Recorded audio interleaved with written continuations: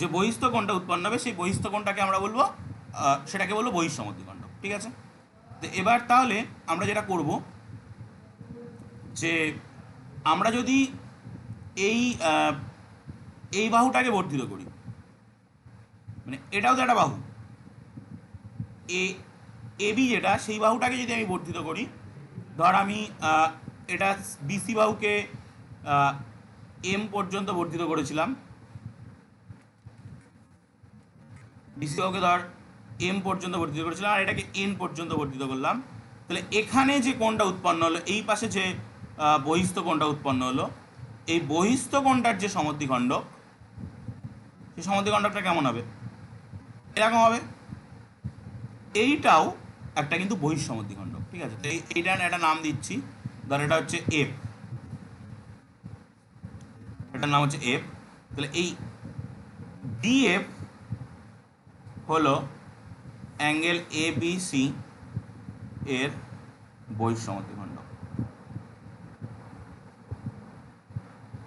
ওকে, তাহলে একটা কোণ তার অন্তঃসমদ্বিখণ্ডক কিন্তু একটা, বাট বহিঃসমদ্বিখণ্ডকের দিকে যদি আমরা তাকাই, বহিঃসমদ্বিখণ্ডক কিন্তু দুটো হতে পারে, অনেকগুলো নয়, দুটো হতে পারে। তো এখন আমরা প্রমাণ করতে চাই, অন্তঃসমদ্বিখণ্ডক ব্যাপারটা বুঝলাম, বহিঃসমদ্বিখণ্ডক ব্যাপারটা বুঝলাম, এখন আমরা প্রমাণ করতে চাই যে একটা ত্রিভুজ তার দুটো কোণের বহিঃসমদ্বিখণ্ডক ও একটা কোণের অন্তঃসমদ্বিখণ্ডক, এই জিনিসটা একটা বিন্দুতে মিলিত হবে, সমবিন্দু হবে। তো আমি পেজটা চেঞ্জ করছি, নেক্সট পেজে গিয়ে এবার আমরা একটা ত্রিভুজ আঁকবো, তার দুটো কোণের বহিঃসমদ্বিখণ্ডক আঁকবো, একটা কোণের অন্তঃসমদ্বিখণ্ডক আঁকবো এবং সেটাকে সমবিন্দু প্রমাণ করবো। ওকে, তো নেক্সট পেজে যাচ্ছি। তাহলে আমি একটা ত্রিভুজ নিচ্ছি, ত্রিভুজটা নিচ্ছি ত্রিভুজ এবিসি। এটা হচ্ছে একটা ত্রিভুজ, এই ত্রিভুজটার এটা হচ্ছে এ, এটা হচ্ছে বি, আর এটা হচ্ছে সি। এবার এ কোণের যদি আমি সমদ্বিখণ্ডকের কথা ভাবি, এ কোণের অন্তঃসমদ্বিখণ্ডকের কথা যদি ভাবি, তাহলে এ কোণের অন্তঃসমদ্বিখণ্ডক এরকম হবে, এটা হবে এ কোণের অন্তঃসমদ্বিখণ্ডক। এখানে টেনে একটু লম্বা করে রাখলাম দরকার হলে। এবার এই বি কোণ যেটা, এই বি কোণের আমি যদি এই এ বি বাহুটাকে একটু বর্ধিত করি এরকমভাবে, তাহলে এখান থেকে একটা বহিঃসমদ্বিখণ্ডক তৈরি হবে। ঠিক একই রকমভাবে এসি বাহুটাকে যদি আমি বর্ধিত করি, এসি বাহুটাকে যদি বর্ধিত করি, তাহলে এখান থেকে একটা বহিঃসমদ্বিখণ্ডক তৈরি হবে। তো সেই বহিঃসমদ্বিখণ্ডকগুলো দেখতে কেমন হবে? একটা হবে এখান থেকে এরকম যাবে, আর একটা এখান থেকে এরকম যাবে। তো আমরা প্রমাণ করতে চাইব এই যে দুটো বহিঃসমদ্বিখণ্ডক, এই বহিঃসমদ্বিখণ্ডক দুটো এবং অন্তঃসমদ্বিখণ্ডক একটা, এই তিনটে একটা বিন্দুতে মিলিত হয়েছে এবং এই বিন্দুটার নাম দিচ্ছি আমি এখানে ও। ওকে, তো এবার আমি এটা শিকার আকারে আগে লিখে নিই, তারপরে আমি পরপর যাব। তো হেডিং করছি শিকার। তো শিকারে আমরা কি লিখব না, ত্রিভুজ এবিসি এর অ্যাঙ্গেল এবিসি এবং অ্যাঙ্গেল এসিবি, অ্যাঙ্গেল এবিসি এবং অ্যাঙ্গেল এসিবি এর এই দুটোর বহিঃসমদ্বিখণ্ডক নিয়েছি। বহিঃসমদ্বিখণ্ডক যথাক্রমে কি কি নিয়েছি? একটা নিয়েছি বিও, যেটা অ্যাঙ্গেল এবিসি তার বহিঃসমদ্বিখণ্ডক হচ্ছে বিও, আর যেটা অ্যাঙ্গেল এসিবি তার বহিঃসমদ্বিখণ্ডক হচ্ছে সিও। বিও এবং সিও পরস্পর ও বিন্দুতে মিলিত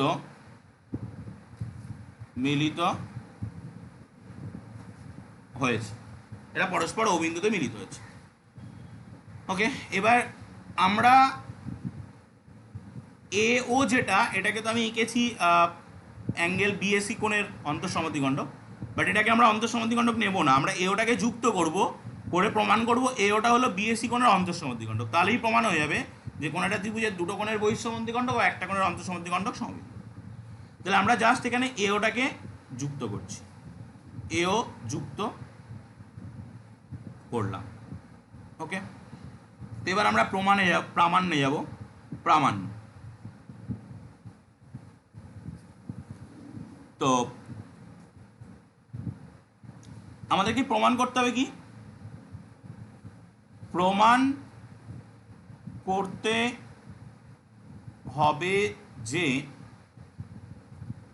করতে হবে যে অ্যাঙ্গেল এবিসি এবং অ্যাঙ্গেল এসিবি এর বহিঃসমদ্বিখণ্ডক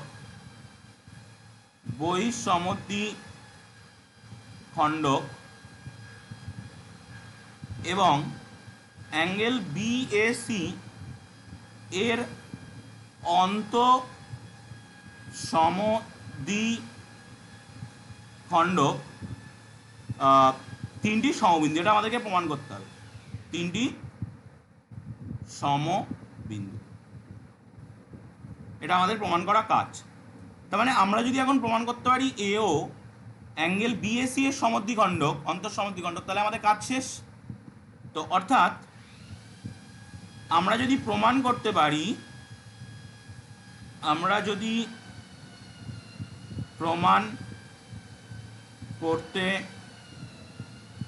পারি এও হলো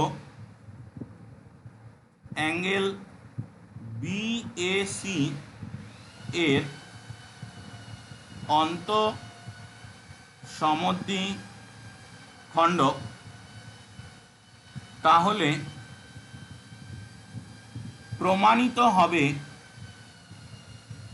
প্রমাণিত হবে যে ত্রিভুজের দুটি কোণের বহিঃসমদ্বিখণ্ডক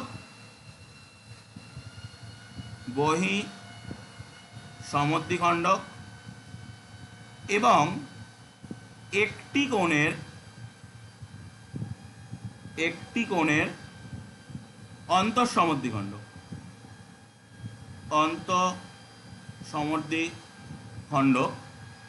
কি হবে না, সমবিন্দু হবে,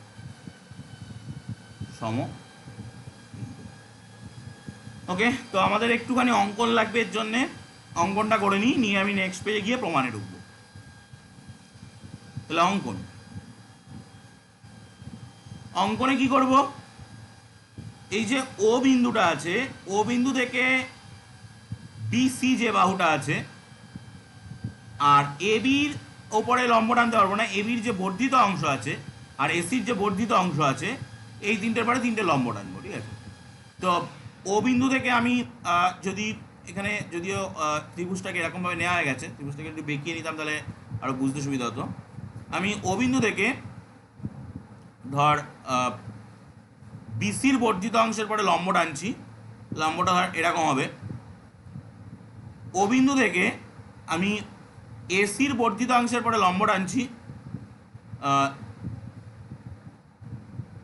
লম্বটা তাহলে কেমন হবে, লম্বটা এখান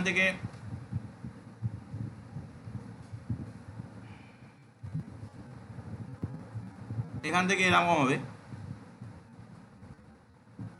ওকে।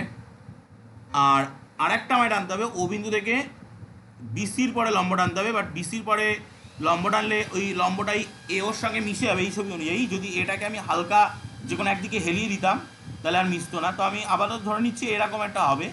তো এইটা হচ্ছে লম্ব, ঠিক আছে। আমি এগুলো নাম দিয়ে দিচ্ছি। ধরছি এই বিন্দুটা হচ্ছে ওডি লম্ব, এই বিন্দুটা হচ্ছে ও এফ লম্ব, আর এই বিন্দুটা হচ্ছে ওই লম্ব, ঠিক আছে। তাহলে এইগুলো আমি এঁকেছি। তাহলে ও বিন্দু থেকে বিসি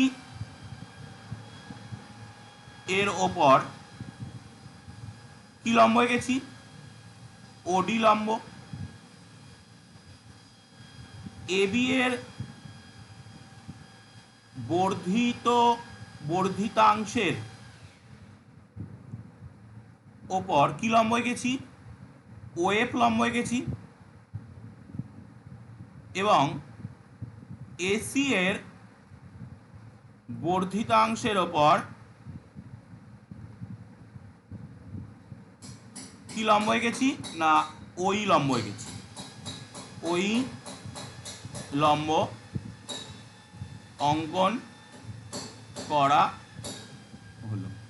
ঠিক আছে, এইগুলো আমরা অঙ্কন করেছি। এবার আমরা প্রমাণে যাব। ঠিক আছে, তো প্রমাণে আমরা আবারও সর্বসমতা দেখাবো। তো তোদের খাতায় প্রত্যেকেরই ছবি আঁকা আছে, তো আমি আর নতুন করে ঠিক আছে পরের পেজে গিয়ে দরকার হলে ছবিটা এঁকেই নিচ্ছি, নিয়ে আমরা সর্বসমতা দেখিয়ে প্রমাণ করব। ঠিক আছে, তো আমি নেক্সট পেয়ে যাচ্ছি, এটাকে ক্লিয়ার করছি। ঠিক আছে, করে নে, তাড়াতাড়ি করে নে।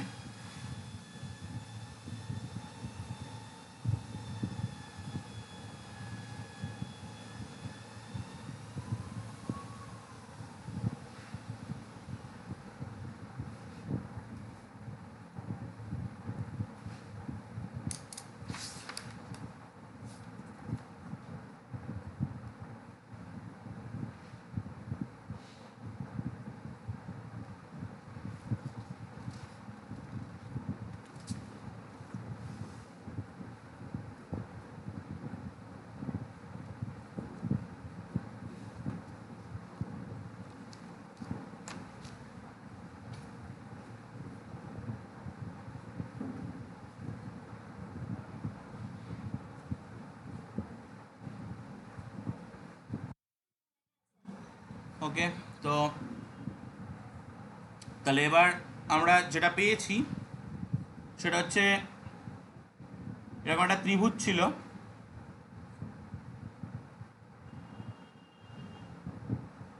এই ত্রিভুজটার তিনটে শীর্ষবিন্দু এ বি সি, আমরা এই বাহুগুলোকে বর্ধিত করেছিলাম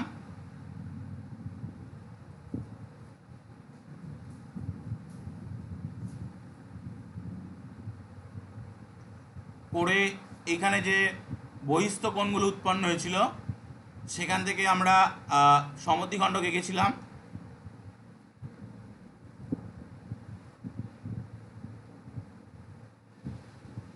এবং এই কোণটার অন্তঃসমদ্বিখণ্ডক নিয়েছিলাম। ওকে, তো এবার তারপরে আমরা যে অঙ্কন এঁকেছিলাম সে অঙ্কনে যেটা করেছিলাম, এই ও বিন্দু থেকে এরপরে লম্ব টেনেছিলাম, ও বিন্দু থেকে বিসির পরে লম্ব টেনেছিলাম, এবং ও বিন্দু থেকে প্রত্যেকটা বাহুর পরে লম্ব টেনেছিলাম। তো আমি এগুলোর নাম দিয়ে দেবো, এটা হচ্ছে ডি, এটা হচ্ছে ই, এবং এটা হচ্ছে এফ, এটা হচ্ছে ও। ঠিক আছে, এই হলো নাম টাম দেওয়া হলো। এবার আমরা প্রমাণে যাব।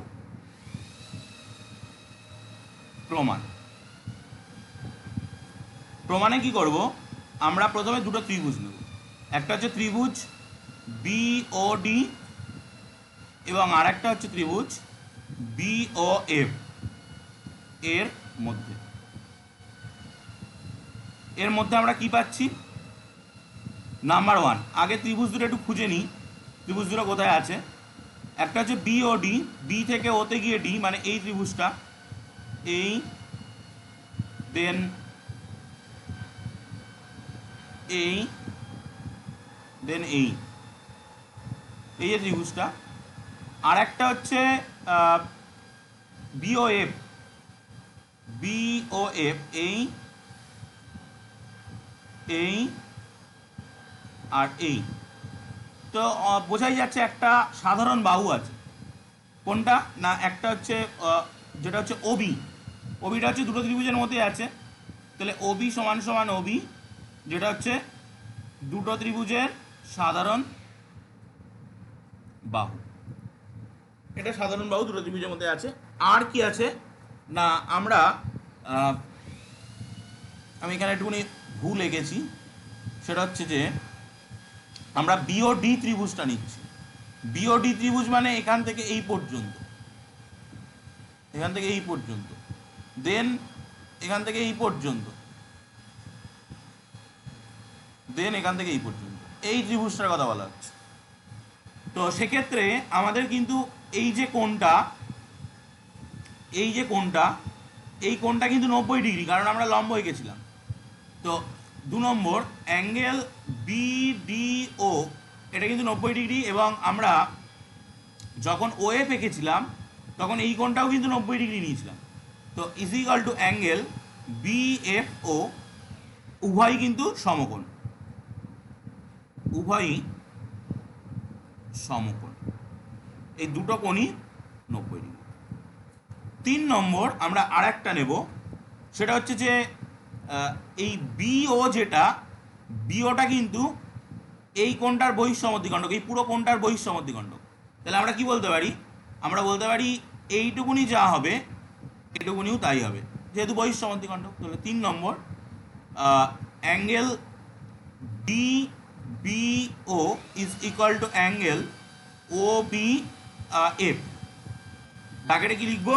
ব্র্যাকেটে লিখবো বিও হলো অ্যাঙ্গেল সিবিএফ এর সমদ্বিখণ্ডক।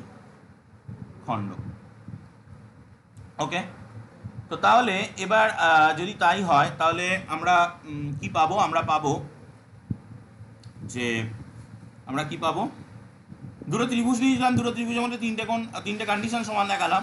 তাহলে ত্রিভুজ বি ও ডি সর্বসম হবে ত্রিভুজ বি ও এফ এর সঙ্গে। কি শর্ত? না, দুটো অ্যাঙ্গেল আছে, অ্যাঙ্গেল সাইড অ্যাঙ্গেল সর্বসমতা, অ্যাঙ্গেল সাইড অ্যাঙ্গেল সর্বসমতা দিয়ে আমরা এটাকে সর্বসম বলতে পারি। এবার আমরা যদি এই দুটো ত্রিভুজকে অ্যাঙ্গেল সাইড অ্যাঙ্গেল দিয়ে সর্বসমতা বলতে পারি, তাহলে দেখ আমরা এর অনুরূপ বাহুগুলোকে সমান করতে পারবো। তো এর অনুরূপ বাহু কি? এর অনুরূপ বাহু একটা হচ্ছে ধর ডিও, ডিও যেটা মানে এই বাহুটা, এটা যে বাহু, আর ও এফ এই বাহুটা, এরা পরস্পর অনুরূপ। তাহলে আমরা লিখে দিচ্ছি যে ডিও সমান সমান ও এফ, এরা হচ্ছে সর্বসম ত্রিভুজের অনুরূপ বাহু। এবার আমি কি করব না, আবার দুটো ত্রিভুজ নেব। একটা ত্রিভুজ নিচ্ছি ত্রিভুজ সিওডি, ত্রিভুজ সিওডি, এবং আর একটা ত্রিভুজ নিচ্ছি ত্রিভুজ সিওই এর মধ্যে। তাহলে ত্রিভুজটা কোথায় কোথায় আছে একটু দেখে নেওয়া যাক। ত্রিভুজ সিওডি মানে হচ্ছে এইটা, এই হচ্ছে সিওডি। বল বল, সিওডি হচ্ছে এইটা। আর সি আর একটা নেব সিওই, সিওই কোনটা? এইটা।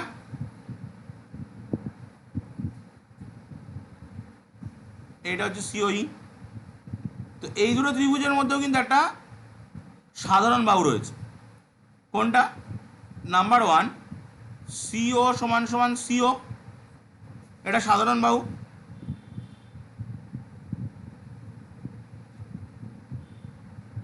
সাধারণ বাহু। নাম্বার 2, আমরা যখন অঙ্কন অনুসারে পেয়েছি, এঁকেছিলাম, তখন কি করেছিলাম না, এই যে কোণটা, এই কোণটাকে 90 ডিগ্রি বলেছিলাম যে ওডি হচ্ছে বিসির পরে লম্ব, তাহলে এই কোণটা 90 ডিগ্রি। আবার আমরা যখন এঁকেছিলাম এদিকে বলেছিলাম ওইটা 90 ডিগ্রি, কারণ ওইটা এসির যে বর্ধিতাংশ তারপরে লম্ব, তাহলে এই দুটোই 90 ডিগ্রি।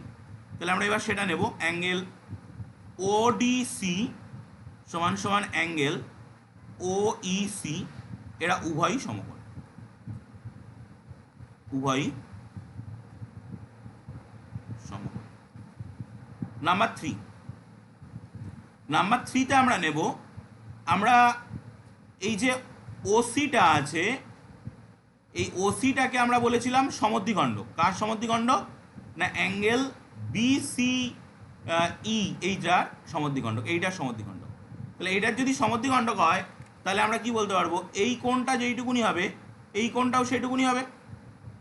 তাহলে এবার আমরা সেটাই লিখব, যে angle D C O is equal to angle ওসিই।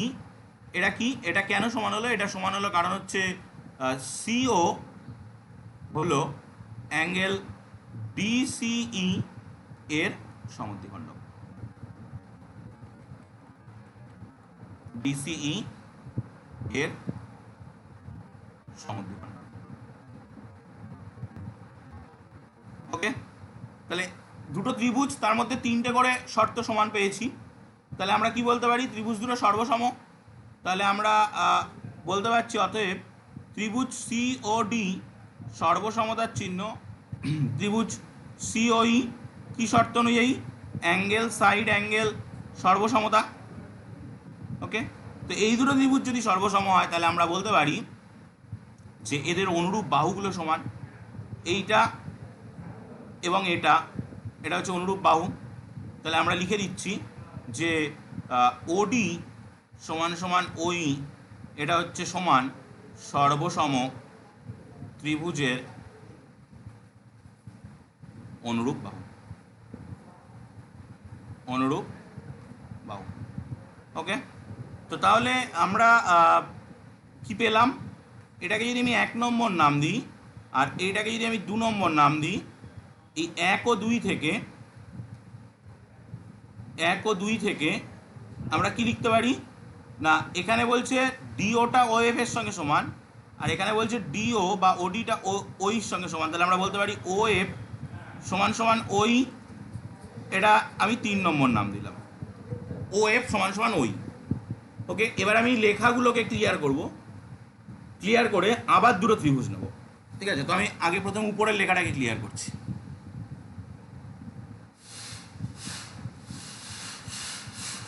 এই লেখাটাকে মুছে দিচ্ছি।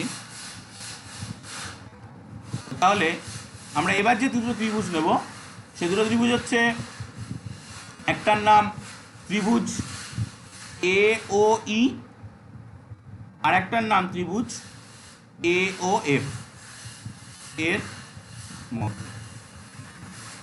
তো দেখে নেওয়া যাক এই দুটো ত্রিভুজ কোনটা কোনটা। এ ও ই, এ থেকে ওতে এসে ই। তো আমরা প্রথমে এ থেকে ওতে এলাম, এই এ ও, তারপরে এই ওই, মানে এই ত্রিভুজটা, এটা হলো এই ওই, আর একটা হচ্ছে এ ও এফ। তো তাহলে এই হলো ও এফ, এই যে ত্রিভুজটা এ ও এফ, এই দুটো ত্রিভুজের মধ্যে আমরা সর্বসমতা প্রমাণ করার চেষ্টা করব। তো কী করে করব?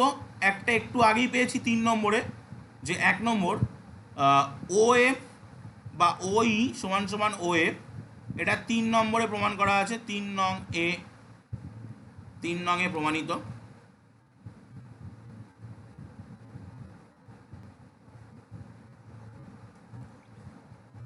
আর 2 নম্বর, আমরা এই কোণটাকে 90 ডিগ্রি পাচ্ছি অঙ্কন অনুসারে, এই কোণটাকে 90 ডিগ্রি পাচ্ছি। তো আমি 2 নম্বরে সেটা নেব। প্রথমে নেব angle A E O is equal to angle A F O, উভয়ই সমকোণ। 3 নম্বর আমরা পাবো, আর একটা পাবো, এওটা হচ্ছে সাধারণ বাহু, এও সমান সমান এও, এটা হচ্ছে সাধারণ বাহু। ওকে, তাহলে আমি দুটো ত্রিভুজ নিলাম, সেই দুটো ত্রিভুজের মধ্যে 3টে করে কন্ডিশন সমান দেখালাম। তাহলে ত্রিভুজ দুটো কী হবে? সর্বসম হবে। ত্রিভুজ এ ও ই সর্বসমতা হবে। ত্রিভুজ এ ও এফ এর সঙ্গে কি শর্ত? সাইড অ্যাঙ্গেল সাইড সর্বসমতা। তাহলে এই দুটো ত্রিভুজ যদি সর্বসম হয় তাহলে এদের অনুরূপ কোণগুলো সমান হবে। কোন কোণটা অনুরূপ কোণ? এই কোণটার সঙ্গে এই কোণটা, এটা অনুরূপ কোণ। তাহলে অ্যাঙ্গেল এফ, ওটাকে আমি এফ দিয়ে না লিখে ওটা এরকম করে লিখছি, B A O is equal to angle E A O. এটা সমান হবে কেন না, সর্বসম ত্রিভুজের অনুরূপ কোণ। অনুরূপ কোণ বলে এটা সমান হবে। ওকে, তো তাহলে দেখ আমরা প্রমাণ করে ফেললাম যে এটা সর্বসম্মত ত্রিভুজের অনুরূপ কোণ বলে যদি সমান হয়, তাহলে এই যে এ ওটা ছিল, এই এ ওটাই তো এই কোণটাকে ভাগ করছে। তাহলে আমরা কি বলতে পারি? আমরা বলতে পারি অতএব এ ও হলো অ্যাঙ্গেল বিএসি, এ ও হলো অ্যাঙ্গেল বিএসি এর সমদ্বিখণ্ড বা অন্তঃসমদ্বিখণ্ড। ওকে, তো আমি নিচের লেখাটা মুছছি কারণ নইলে মিশিয়ে ফেলবে সব। তো তাহলে আমরা কি দেখলাম? আমরা দেখলাম যে আমাদের প্রমাণ কিন্তু কমপ্লিট হয়ে গেল যে কোন একটা ত্রিভুজ প্রুভড, তার দুটো কোণের বহিঃসমদ্বিখণ্ডক ও একটা কোণের অন্তঃসমদ্বিখণ্ডক এরা কিন্তু সমবিন্দু। এবার এই যে বিন্দুতে মিলিত হলো, এই বিন্দুতে কিন্তু এই বিন্দুটার একটা নাম আছে, এই বিন্দুটার নাম হচ্ছে বহিঃকেন্দ্র। ঠিক আছে, তাহলে কোনো ত্রিভুজের দুটো কোণের বহিঃসমদ্বিখণ্ডক, একটা কোণের অন্তঃসমদ্বিখণ্ডক যে বিন্দুতে মিলিত হয় সেই বিন্দুটাকে বলা হয় বহিঃকেন্দ্র। কেন বহিঃকেন্দ্র বলা হয়? কারণ এখান থেকে একটা বৃত্ত আঁকা যায়, যে বৃত্ত তাকে বলা হয় বহির্বৃত্ত। তো বহির্বৃত্ত কেমন হবে? বহির্বৃত্ত হবে, যদি আমরা এখান থেকে বৃত্তটা আঁকি, বৃত্তটা এরকম দেখতে হবে, আঁকাটা সেই চাপা টাপা হয়ে যাবে।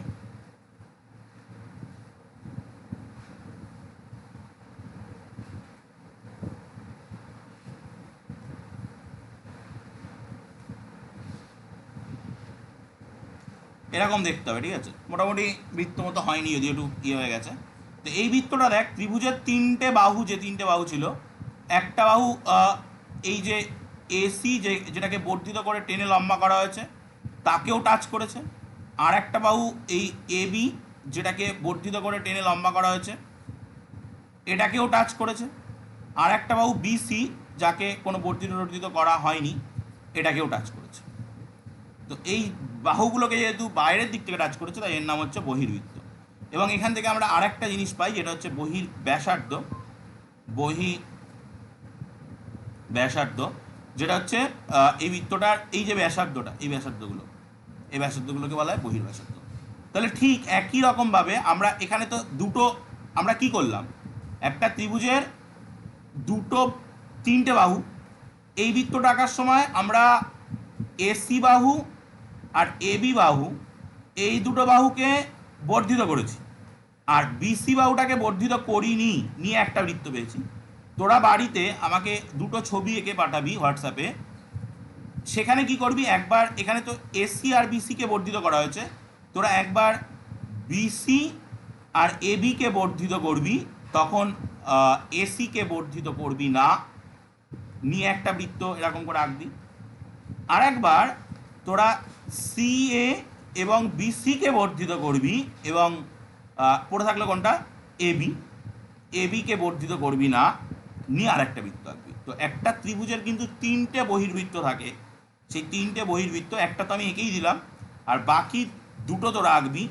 মানে আলটিমেটলি একটা ছবি নিবি, একটা ত্রিভুজ নিবি এবিসি, খাতার মাঝখানে নিয়ে তিনটে বৃত্ত, একটা বৃত্ত আমি কীভাবে হয় দেখিয়ে দিলাম, আর দুটো বৃত্ত কোন কোন বাহুকে বর্ধিত করতে হবে, কোন বাহুকে বর্ধিত করতে হবে না সেটাও বলে দিলাম। তিনটে বৃত্ত একটা ত্রিভুজ নিয়ে, একটা ত্রিভুজকে তিনটে বহির্বৃত্ত আছে, সেই তিনটে বহির্বৃত্ত এঁকে একটা সুন্দর করে ছবি তুলে আমাকে হোয়াটসঅ্যাপে বিকেলের মধ্যে সেন্ড করবি, ঠিক আছে?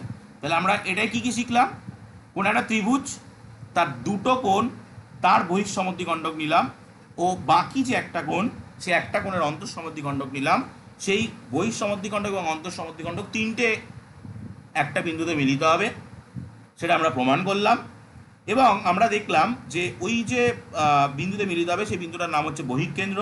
কেন না, সেখান থেকে একটা বৃত্ত অঙ্কন করা যায়, যে বৃত্ত বহিস্থভাবে ত্রিভুজের তিনটে বাহুকে টাচ করে বা স্পর্শ করে, সেই জন্য এর নাম হচ্ছে বহির্বৃত্ত। এবং ওই বৃত্তের যে ব্যাসার্ধ, সেই ব্যাসার্ধটাকে বলা হয় বহির্ব্যাসার্ধ। তো আমরা এরকমভাবে যদি আমরা আরও অন্য বাহুগুলোকে বর্ধিত করে আমরা ত্রিভুজের কটা বহির্বৃত্ত পাবো? তিনটে বহির্বৃত্ত পাবো। তাহলে আমরা আগের দিন পেয়েছিলাম একটা ত্রিভুজের একটা অন্তর্বৃত্ত পাওয়া যায়, আজকে পেলাম তিনটে বহির্বৃত্ত পাওয়া যায়। ঠিক আছে।